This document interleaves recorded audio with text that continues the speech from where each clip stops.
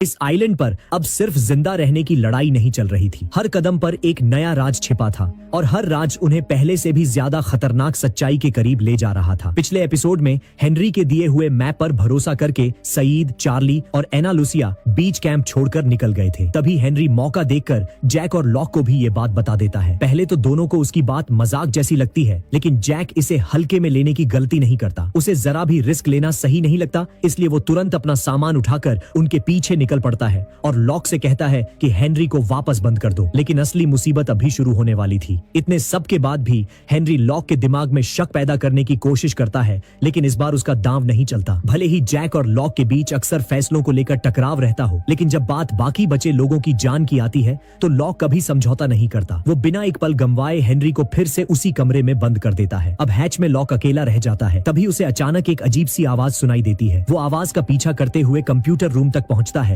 और देखता है कि कंप्यूटर अपने आप चालू हो गया है, जबकि काउंटडाउन रीसेट होने में अभी पूरे 47 मिनट बाकी हैं। तभी आवाज और तेज होने लगती है। लॉक दीवार पर लगे स्पीकर के पास जाता है। दूसरी तरफ बंद हेनरी बार बार पूछ रहा होता है कि आखिर हो क्या रहा है, लेकिन लॉक उसे चुप रहने के लिए कह देता है। अगले ही पल स्पीकर से एक रहस्यमयी काउंटडाउन सुनाई देने लगता है और उसके खत्म होते ही पूरे हैच के ब्लास्ट डोर्स एक साथ नीचे गिरने लगते हैं। लॉक बाहर निकलने की कोशिश करता है, लेकिन देर हो चुकी होती है। आखिरी सेकंड में वो एक लोहे की रॉड दरवाजे के नीचे फंसा देता है ताकि बाहर की तरफ थोड़ा सा गैप बचा रहे। लेकिन अब एक नई परेशानी सामने खड़ी थी। अकेले लॉक के बस की बात नहीं थी कि वो इतने भारी दरवाजे को उठा सके। अगर उसे बाहर निकलना था तो उसे उसी हेनरी की मदद लेनी पड़ती जिस पर अभी तक किसी को भरोसा नहीं था। हेनरी भी मौका नहीं छोड़ता। वो मदद करने से पहले एक शर्त रखता है। वो चाहता है कि लॉक उसकी सुरक्षा की गारंटी दे और किसी भी हाल में बाकी लोगों को उसे नुकसान न पहुंचाने दे। लॉक मजबूरी में सिक्योरिटी डोर खोलता है और एक बार फिर उसकी पहचान पूछता है। हेनरी पहले की तरह बिना रुके अपना वही नाम और पूरी कहानी दोबारा सुना देता है, जैसे उसे सब कुछ रटा हुआ हो। आखिरकार लॉक उसकी शर्त मान लेता है। इसके बाद दोनों हैच के अंदर रखी वेट लिफ्टिंग वाली बारबेल खोलते हैं और उसे लीवर की तरह इस्तेमाल करके भारी ब्लास्ट डोर को धीरे धीरे ऊपर उठाने लगते हैं। जैसे ही एक आदमी के निकलने लायक जगह बनती है, हेनरी तुरंत नीचे एक टूल बॉक्स फंसा देते हैं ताकि दरवाजा वापस नीचे न गिरे। लॉक बिना देर किए उस गैप से बाहर निकलने की कोशिश करता है, लेकिन तभी टूल बॉक्स दबाव नहीं झेल पाता। ब्लास्ट डोर जोर से नीचे गिरता है और लोहे की एक रॉड सीधे लॉक की जांघ में घुस जाती है। दर्द इतना भयानक होता है कि लॉक जोर से चीख उठता है। ये देखकर हेनरी भी घबरा जाता है। तभी लॉक उसे संभलने के लिए कहता है और जल्दी से बारबेल की प्लेटें लाने को बोलता है। हेनरी तुरंत प्लेटें लाकर दरवाजे के बीच फंसा देता है, जिससे किसी तरह ब्लास्ट डोर पूरी तरह नीचे गिरने से रुक जाता है। इसके बाद वो लॉक को खींचकर अंदर लाने की कोशिश करता है, लेकिन उसकी टांग में धंसी रॉड की वजह से उसे हिलाना भी मुश्किल हो जाता है। अब लॉक को वहीं लेटे रहना पड़ता है, लेकिन इस वक्त उसे अपनी चोट से ज्यादा काउंटडाउन की चिंता होती है। समय तेजी से निकल रहा था। जैक, सईद और बाकी लोगों को ढूंढने बाहर जा चुका था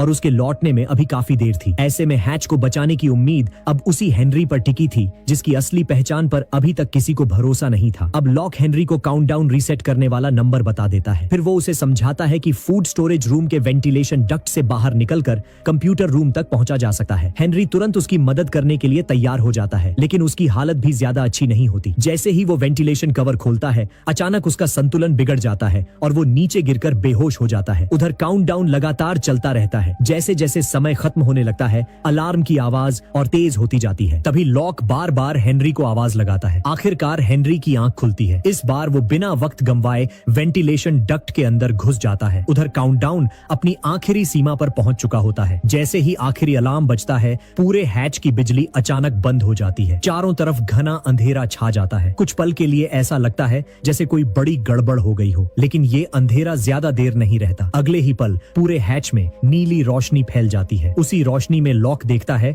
कि उसके सामने वाले ब्लास्ट डोर पर एक बहुत बड़ा रहस्यमयी नक्शा और कई अजीब निशान उभर आए हैं। वो उन्हें ध्यान से देखने की कोशिश ही कर रहा होता है कि तभी अचानक बिजली वापस आ जाती है। सारे ब्लास्ट डोर्स एक एक करके फिर से खुलने लगते हैं और आखिरकार लॉक की टांग भी आजाद हो जाती है। दर्द से कराहते हुए वो हेनरी को आवाज देता है और किसी तरह घिसटते हुए कंप्यूटर रूम तक पहुंचता है। वहां पहुंचकर वो देखता है कि काउंटडाउन फिर से नॉर्मल हो चुका है। तभी पीछे से हेनरी आता है और उसे सहारा देकर उठाता है। लॉक राहत की सांस लेते हुए उसका शुक्रिया अदा करता है। वो कहता है कि उसे खुशी है कि हेनरी उसे छोड़कर भागा नहीं। इसी दौरान लॉक को कुछ पुरानी बातें भी याद आने लगती हैं। उस वक्त वो हेलन के साथ रह रहा था। उसी वीकेंड उसने तय किया था कि वो आखिरकार हेलन को शादी के लिए प्रपोज करेगा, लेकिन जिस दिन दोनों दोनों पिकनिक पर जाने वाले थे, उसी सुबह अखबार में लॉक के पिता के मरने की खबर छपती है। इसके बाद लॉक और हेलेन उसके अंतिम संस्कार में पहुंचते हैं। वहां बहुत कम लोग आए होते हैं। अपने पिता के ताबूत को देखकर लॉक सोचता है कि अब सब कुछ खत्म हो चुका है। वो मन ही मन अपने पिता को माफ भी कर देता है। उसे लगता है कि अब उसकी जिंदगी का सबसे बड़ा बोझ हमेशा के लिए खत्म हो गया। लेकिन तभी उसकी ये खुशी ज्यादा देर नहीं टिकती। कुछ समय बाद उसका पिता अचानक उसके सामने जिंदा खड़ा होता है। तब पता चलता है कि उसने माफिया के 70 लाख डॉलर हड़प लिए थे और उनसे बचने के लिए अपनी मौत का नाटक किया था। लेकिन माफिया वालों को अब भी उसके जिंदा होने का शक था, इसलिए वो खुद बैंक जाकर पैसे नहीं निकाल सकता था। इसी वजह से उसने लॉक की मदद मांगी। बदले में उसने वादा किया कि काम हो जाने के बाद वो उसे 2 लाख डॉलर देगा। अपने पिता की हरकतों के बावजूद लॉक एक बार फिर उसका साथ देने के लिए तैयार हो जाता है और बैंक से उसके पैसे निकाल लाता है। पैसे लेकर वो खुशी खुशी घर लौटता है ताकि हेलेन को ये खुशखबरी दे सके कि अब उनकी सारी परेशानियां खत्म हो जाएंगी। लेकिन घर पहुंचते ही उसके होश उड़ जाते हैं। वहां पहले से ही माफिया के लोग बैठे उसका इंतजार कर रहे होते हैं। उन्हें पूरा यकीन होता है कि बेटे होने की वजह से लॉक को अपने पिता का ठिकाना जरूर पता होगा। हेलेन ये सब देखकर बिल्कुल टूट जाती है। वो जानती थी कि लॉक ने अपने पिता की वजह से पूरी जिंदगी कितनी तकलीफ झेली है। बड़ी मुश्किल से उसने खुद को उस रिश्ते से बाहर निकाला था, लेकिन अब उसके पिता की पुरानी गलतियां फिर से उसकी जिंदगी को बर्बाद करने वापस लौट आई थीं। लॉक पूरी शांति से माफिया के लोगों से बात करता है और हेलेन का बचाव करते हुए किसी तरह उन्हें वहां से भेज देता है। लेकिन हेलेन लॉक को अच्छी तरह जानती थी। उसने महसूस कर लिया था कि अभी जो लॉक ने अपने पिता के बारे में कहा वो पूरी सच्चाई नहीं थी। उसे साफ लग रहा था कि लॉक उससे कुछ छिपा रहा है। हालांकि लॉक उसे समझाता है कि वो बस डर गया था, इसलिए ठीक से बात नहीं कर पाया। हेलेन उसकी बात पर भरोसा कर लेती है। इसके बाद लॉक अपने पिता के पास पहुंचकर बैंक से निकाले हुए पैसे उसे सौंप देता है। वादे के मुताबिक उसका पिता 2 लाख डॉलर लॉक की तरफ बढ़ाता है, लेकिन लॉक वो पैसे लेने से मना कर देता है। वो कहता है कि उसने ये सब पैसों के लिए नहीं किया। हालांकि जब उसका पिता पूछता है कि फिर आखिर क्यों किया, तो लॉक के पास इसका कोई जवाब नहीं होता। शायद वो आज भी अपने पिता से सिर्फ एक बार स्वीकार किए जाने की उम्मीद लगाए बैठा था। लेकिन उसे नहीं पता होता कि हेलेन चुपचाप उसका पीछा करते हुए वहां तक पहुंच गई है और उसने ये सब अपनी आंखों से देख लिया है। वो बिना कुछ कहे गुस्से में वहां से लौटने लगती है। लॉक तुरंत उसके पीछे भागता है और रास्ते में घुटनों के बल बैठकर उसे अंगूठी दिखाते हुए शादी के लिए प्रपोज करता है। लेकिन अब बहुत देर हो चुकी थी। हेलेन पूरी तरह टूट चुकी थी। वो लॉक को याद दिलाती है कि उसने उससे पहले ही कह दिया था कि उसे एक दिन अपने पिता और उसके बीच किसी एक को चुनना होगा, लेकिन लॉक दोनों को साथ रखना चाहता था। सबसे बड़ा दर्द उसे इस बात का था कि लॉक ने उससे झूठ बोला। आखिरकार वो उसका प्रपोजल ठुकरा देती है और हमेशा के लिए वहां से चली जाती है। दूसरी तरफ उसका पिता ये सब चुपचाप देखता रहता है। उसके चेहरे पर न कोई अफसोस होता है और न ही कोई भावना। वो बस पैसे उठाता है, टैक्सी में बैठता है और वहां से चला जाता है। उस दिन लॉक एक बार फिर अकेला रह जाता है। शायद यही वजह थी कि जब हैच में घायल होने के बाद हेनरी उसे छोड़कर नहीं भागा, तो लॉक सच में उसका शुक्रगुजार हो गया। बाहर से मजबूत दिखने वाला ये आदमी अंदर से अब भी उसी छोटे बच्चे की तरह था,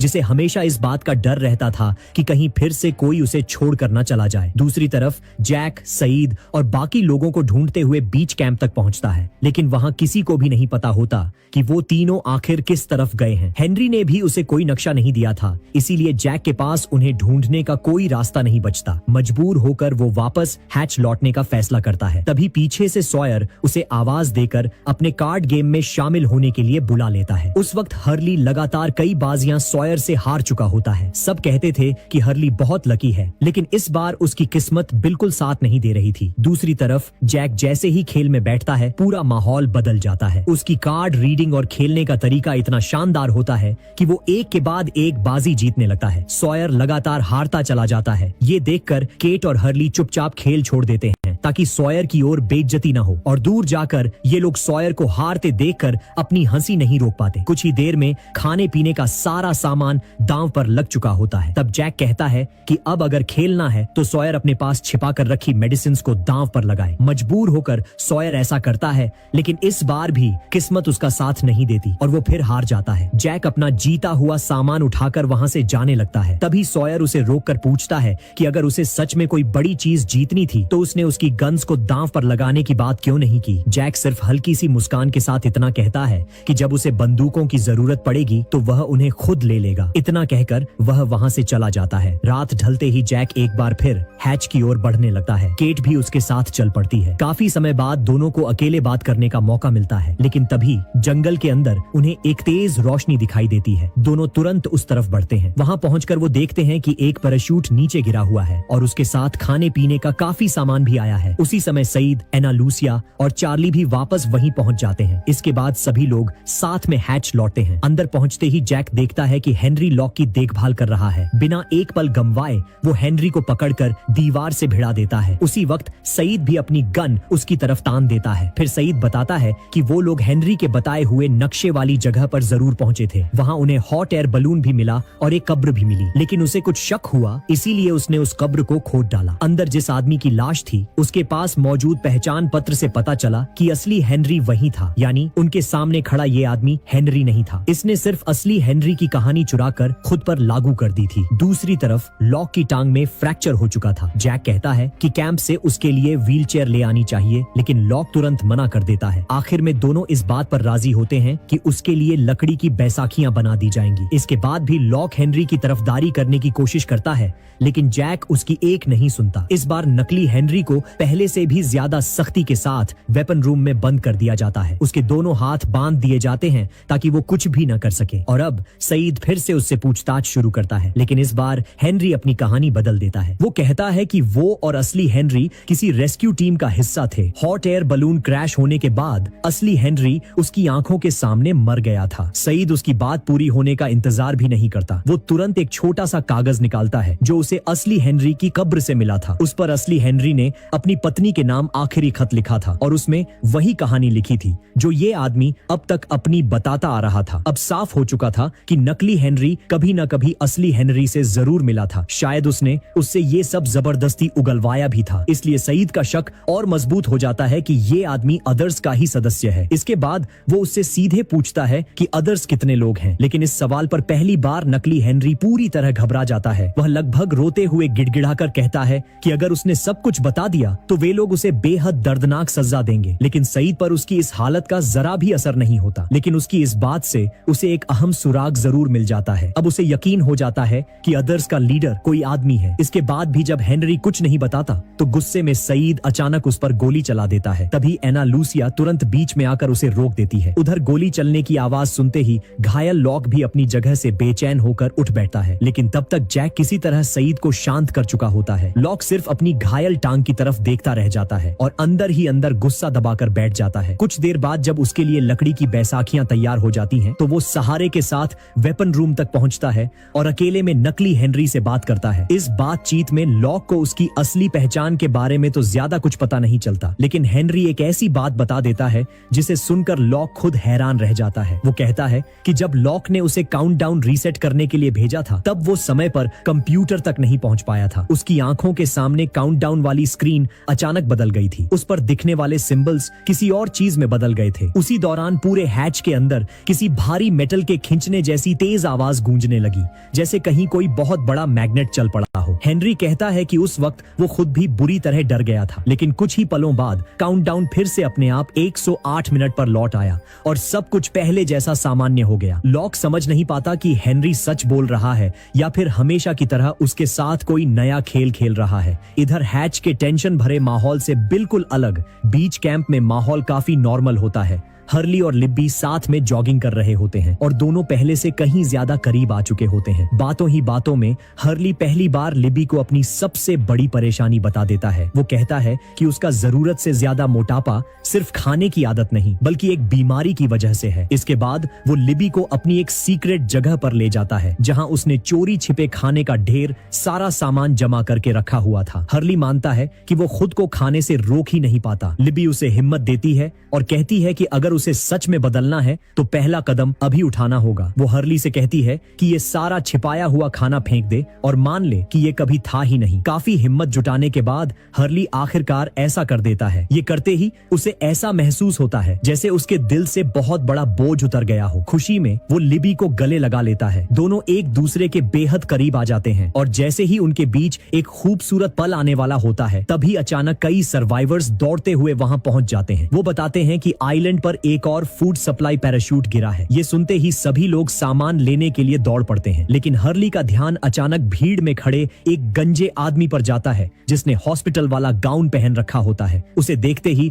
हर्ली उसके पीछे जंगल की तरफ भागता है। हालांकि वो आदमी उसके हाथ नहीं आता, वहां उसे सिर्फ उसकी एक चप्पल पड़ी मिलती है। हर्ली इस बारे में लिबी को कुछ नहीं बताता। वो अकेले ही जंगल में भटकता रहता है। तभी उसे खाने का एक पैकेट दिखाई देता है। वो खुद को रोक नहीं पाता और उसे खोलकर जल्दी जल्दी खाने लगता है। तभी वही गंजा आदमी एक बार फिर उसके सामने आ जाता है। हर्ली जोर से चिल्लाकर कहता है कि तुम यहाँ नहीं हो सकते, लेकिन वो आदमी बिना कुछ बोले जमीन से एक नारियल उठाता है और पूरी ताकत से हर्ली की तरफ फेंक देता है। नारियल सीधा उसे लग जाता है, जिससे हर्ली समझ जाता है कि ये कोई साधारण सपना नहीं लग रहा। अगले ही पल वो आदमी फिर भाग जाता है। हर्ली उसका पीछा करते हुए बीच तक पहुंचता है जहां उसे चार्ली और मिस्टर इको मिलते हैं, लेकिन दोनों कहते हैं कि उन्होंने वहां से किसी को भागते हुए नहीं देखा। अब हर्ली को लगने लगता है कि शायद उसके साथ सच में कुछ गड़बड़ हो रही है। इसीलिए वो सॉयर के पास जाकर उससे ऐसी दवा मांगता है जिससे उसे ये अजीब अजीब चीजें दिखना बंद हो जाए। सॉयर को हर्ली की बात बिल्कुल सीरियस नहीं लगती, उल्टा वो हमेशा की तरह उसका मजाक उड़ाने लगता है। लेकिन इस बार हर्ली पहले से ही बहुत परेशान होता है। सॉयर की बातें सुनकर उसका गुस्सा फूट पड़ता है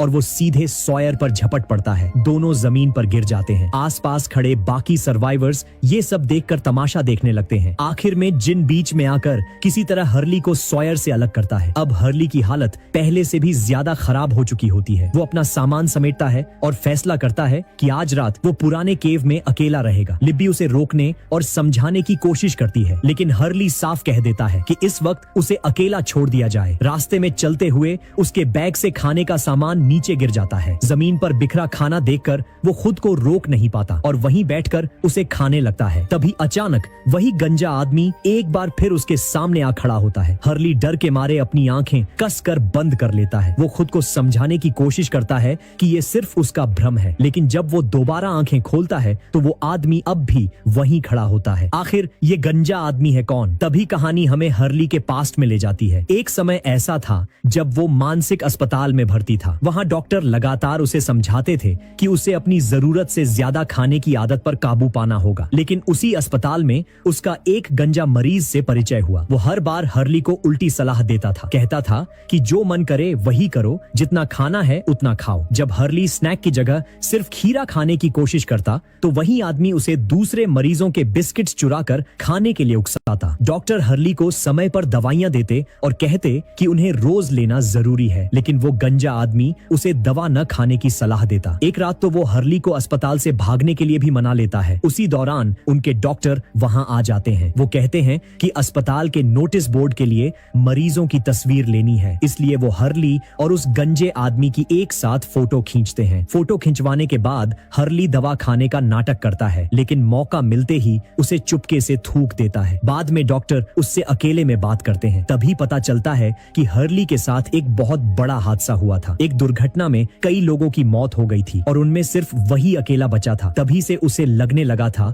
कि उन सभी की मौत का जिम्मेदार वही है। उसके मन में ये बात बैठ गई थी कि अगर वो इतना मोटा नहीं होता तो शायद वो हादसा कभी नहीं होता। इसी गिल्टी फीलिंग ने उसे पूरी तरह तोड़ दिया। उसने लोगों से मिलना जुलना छोड़ दिया, बाहर निकलना बंद कर दिया, ठीक से सोना भी छोड़ दिया और जानबूझकर जरूरत से ज्यादा खाना शुरू कर दिया, क्योंकि उसे लगता था कि वो खुद को इसी तरह खत्म कर देगा। आखिरकार उसकी माँ मजबूर होकर उसे इलाज के लिए मानसिक अस्पताल लेकर आई थी, लेकिन जैसे ही डॉक्टर उसकी इन बातों का जिक्र करते हैं हर्ली भड़क उठता है। उसे लगता है कि डॉक्टर उसे समझ ही नहीं रहे। उसके मुताबिक तो वही गंजा आदमी उसका सबसे बड़ा साथी था। डॉक्टर उसे बहस नहीं करते, वो बस पहले खींची गई वही फोटो उसके सामने रख देते हैं। लेकिन इस बार तस्वीर में सिर्फ हर्ली अकेला खड़ा दिखाई देता है, वहां कोई दूसरा आदमी था ही नहीं। तब सच्चाई सामने आती है कि वो गंजा आदमी असल में कभी था ही नहीं, वो सिर्फ हर्ली के दिमाग की बनाई हुई एक कल्पना था। उसी रात वो गंजा गंजा आदमी फिर हर्ली के सामने आता है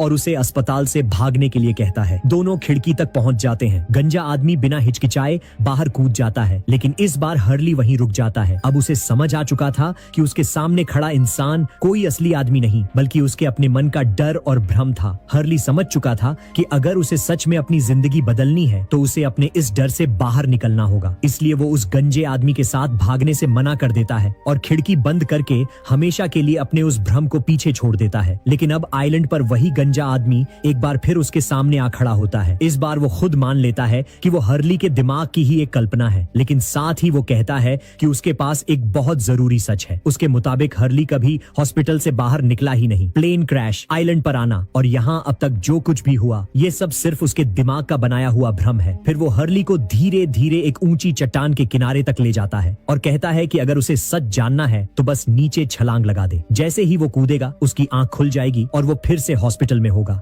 हर्ली उसकी बातों में आने लगता है। तभी वो गंजा आदमी जोर से हंसते हुए खुद चट्टान से नीचे समुद्र में छलांग लगा देता है। हर्ली भी किनारे पर खड़ा होकर सोचने लगता है कि शायद वही सच कह रहा है। तभी लिब्बी वहां पहुंच जाती है। वो हर्ली को समझाने की कोशिश करती है कि वो कोई बेवकूफी न करे, लेकिन हर्ली का दिमाग पूरी तरह उलझ चुका होता है। उसे लगने लगता है कि उसके सामने जो कुछ भी है वो सब झूठ है। वो लिब्बी से कहता है कि अगर ये दुनिया सच होती तो उसके जैसी खूबसूरत लड़की कभी उससे प्यार नहीं करती। ये सुनकर लिब्बी बिना कुछ कहे उसके पास आती है और उसे चूम लेती है। फिर वो कहती है कि ये एहसास बिल्कुल सच है और प्यार हमेशा किसी वजह से नहीं होता। उसे पूरा भरोसा है कि हर्ली एक दिन अपनी इस परेशानी से जरूर बाहर निकल आएगा। लिब्बी का साथ और उसका भरोसा हर्ली को संभाल लेता है। वो चुपचाप उसके साथ उस चट्टान से वापस लौट आता है। रास्ते भर उसे यही एहसास होता रहता है कि उसने लिब्बी को कहीं न कहीं पहले जरूर देखा है। उसे लगता है शायद दोनों की मुलाकात पहले भी हो चुकी है, लेकिन उसे कुछ भी साफ याद नहीं आता। असल में उसे ये बिल्कुल याद नहीं था कि मेंटल हॉस्पिटल में जब उसका इलाज चल रहा था